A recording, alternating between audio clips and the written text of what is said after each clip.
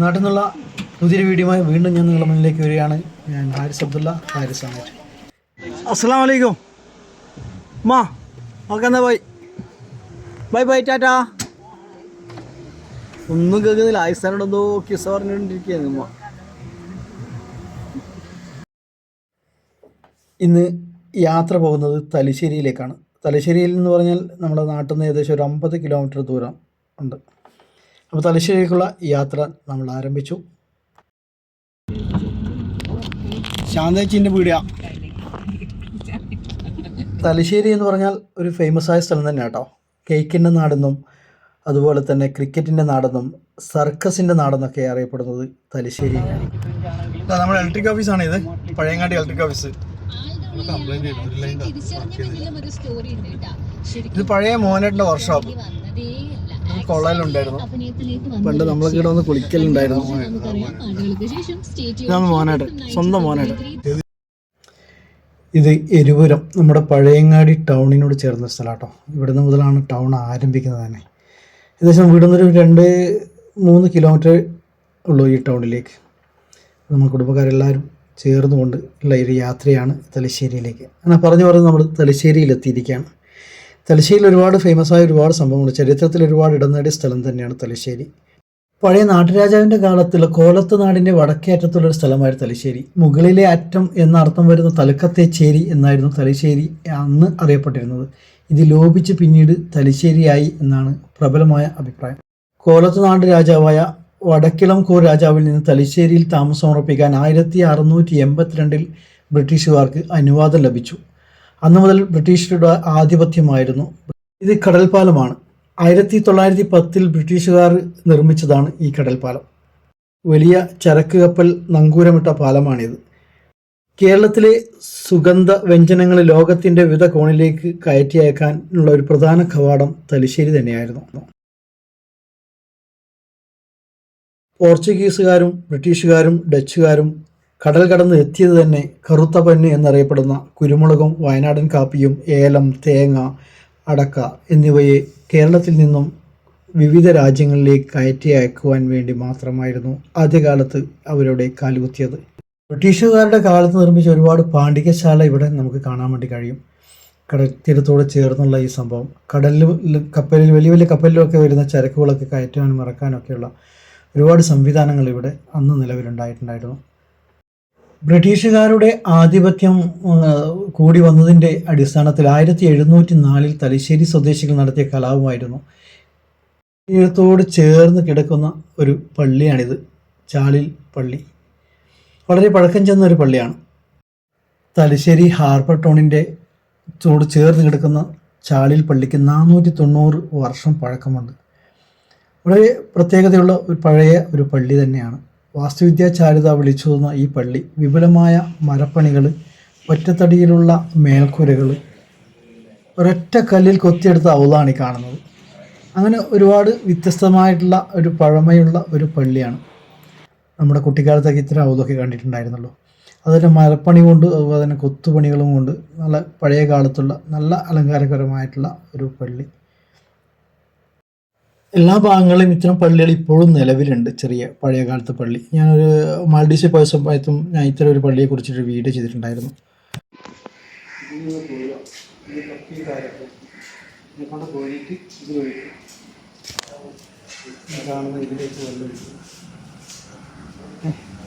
ഇതിൽ വെള്ളം ഒഴിച്ചിട്ട് വെള്ളം ഇതുവഴി അങ്ങനെ എൻ്റെ അകത്ത് കയറി കഴിഞ്ഞാൽ കാണാം അതിൻ്റെ ബാക്കി ഭാഗം.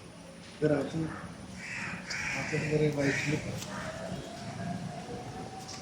റൈറ്റ് സൈഡിലേക്ക് വേണം. അവിടെ നിന്ന് വെള്ളം അങ്ങോട്ട് പോയി ഒഴിക്കുമ്പോൾ ഈ അതുവരേക്കുള്ള വെള്ളം ഫില്ലാവും. പണ്ട് കാലത്ത് ഇങ്ങനെയാണ് മോട്ടറും ഇതൊക്കെ വരുന്നതിന് മുമ്പ്.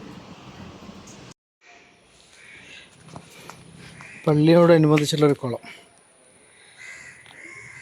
പണ്ട് കാലത്ത് അമ്പലമായാലും പള്ളിയായാലും ഒരു കുളം ചേർന്നുകൊണ്ട് ഒരു കുളം ഉണ്ടാവും. കാരണം കൈകാലുകളൊക്കെ ശുദ്ധീകരിച്ചുകൊണ്ട് പള്ളിയിലേക്ക് കിടക്കാനുള്ള അല്ലെങ്കിൽ അമ്പലത്തിലേക്ക് കിടക്കാനുള്ള ഒരു സമ്പ്രദായമായിരുന്നു. പള്ളിയോട് ചേർന്നുകൊണ്ട്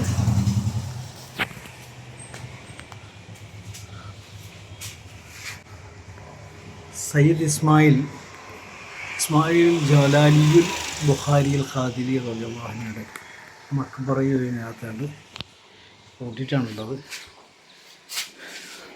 ഈ വിവാഹം ഒന്നും കാണുന്നുണ്ട്, എന്ത് സംഭവം എന്നറിയില്ല. അതുപോലെ വെച്ചത് ഈ ഗേറ്റ് തുറന്നു.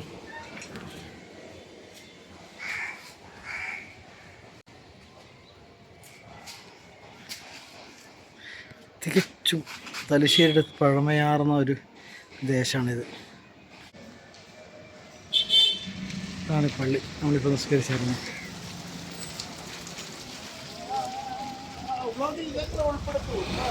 വണ്ടിയിൽ കടന്നു പോകുന്നവർ പറഞ്ഞിട്ടില്ലേ, വ്ലോഗിൽ ഞങ്ങളെ ഉൾപ്പെടുത്തും. ഞാൻ ചരിത്രം തേടി വന്നതാണ് മക്കളെ. മക്കാമിലുള്ളവർ താമസിച്ചിരുന്ന വീടാണിത്. ഇപ്പോൾ തൽക്കാലം അവിടെ അന്യ സംസ്ഥാന തൊഴിലാളികൾ താമസിച്ചുകൊണ്ടിരിക്കുകയാണ്. പിന്നീട് കാലപ്പഴക്കം ചെന്ന ബിൽഡിങ്ങുകളാണ് ഇവിടെ കൂടുതലും കാണാൻ കഴിയുക. ഇതിനോട് ചേർന്ന് പള്ളിൻ്റെ മുമ്പാകത്തന്നെ പള്ളിയും അതിനോടനുബന്ധിച്ചുള്ള ഒരു മഖാമുണ്ട്. കൂടുതൽ പേര് അറിയാൻ വേണ്ടി ഇവിടെ കുറച്ച് ആൾക്കാരോട് ചോദിച്ച ആൾക്കും അറിയില്ല, എല്ലാം പുതിയ ആൾക്കാരാണ്, പഴയ പള്ളികളാണെന്ന് പറയുന്നത്. അങ്ങനെ പള്ളിയുടെ ചുറ്റുഭാഗം നടന്നു കണ്ടു. പള്ളിയുടെ അകത്തളങ്ങളും അതുപോലെ തന്നെ വളരെ മനോഹരമായിട്ട് തന്നെ മരം കൊണ്ട് അലങ്കരിച്ചിരിക്കുന്നു. നല്ല തണുപ്പ് അനുഭവം. പഴക്കണ്ടെന്ന് 600 വർഷത്തിന് മേലാണ്ട് തൊടട്ടും പറയില്ല. 600 വർഷത്തിന് മേലുണ്ട്. ഓക്കെ. അതേ പിന്നെ ഇവര് ഇവിടെ ഒരു ചെറിയ മുക്കൈ പറഞ്ഞ ഒരാളുണ്ടാകും. ചെറു മമ്മൂക്കോയ. ചെറിയ മുക്ക് പിന്നെ അതും ഓടത്തിലെ പള്ളിയും ഈശാനിലെ ഒക്കെ എടുത്ത് അവരാണെന്നാണ് പറഞ്ഞേക്കുള്ളത്.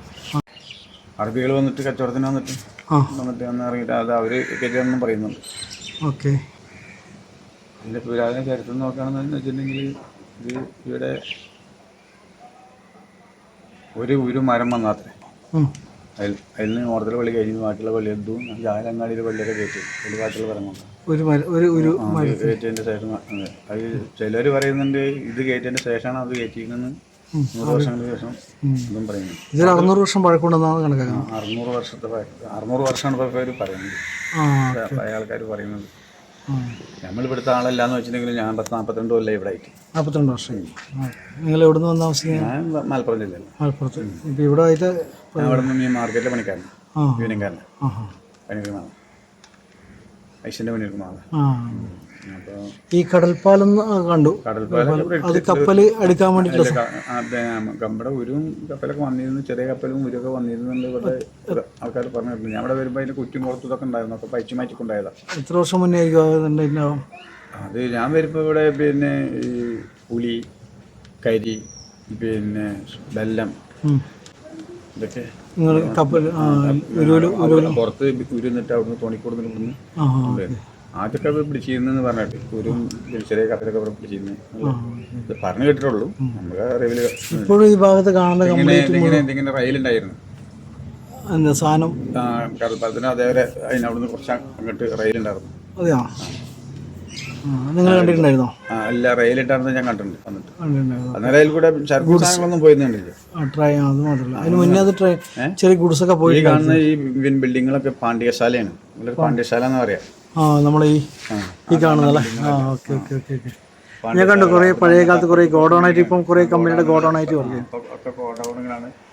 KRSന്റെ ഗോഡൗണ്, അതേപോലെ പിന്നെ KTCയുടെ ഗോഡൗണ്. Okay okay okay. നിങ്ങളെ പേര് നിൽക്കാം? എൻ്റെ പേര് ബഷീർ. ബഷീർ.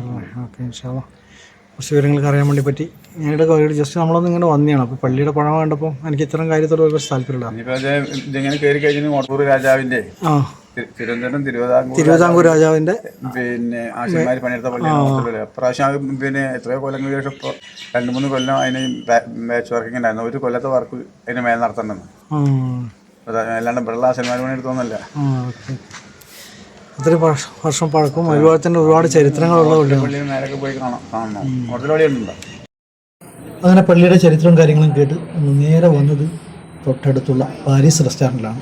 1942 സ്ഥാപിതമായ ഈ റെസ്റ്റോറൻറ്റിൽ ബിരിയാണി വളരെ ഫേമസ് ആയിട്ടുള്ള സ്ഥലമാണ്. ഇവിടെ വന്ന ഇവിടുത്തെ ബിരിയാണി കഴിക്കാത്തവർ വളരെ അപൂർവമായിരിക്കും. ഇവർ തന്നെ അബുദാബിയിൽ പാരീസ് കിച്ചൺ എന്ന് പറഞ്ഞിട്ട് അബുദാബി ഹംദാൻ സ്ട്രീറ്റിലും ഓപ്പൺ ആക്കിയിട്ടുണ്ട്.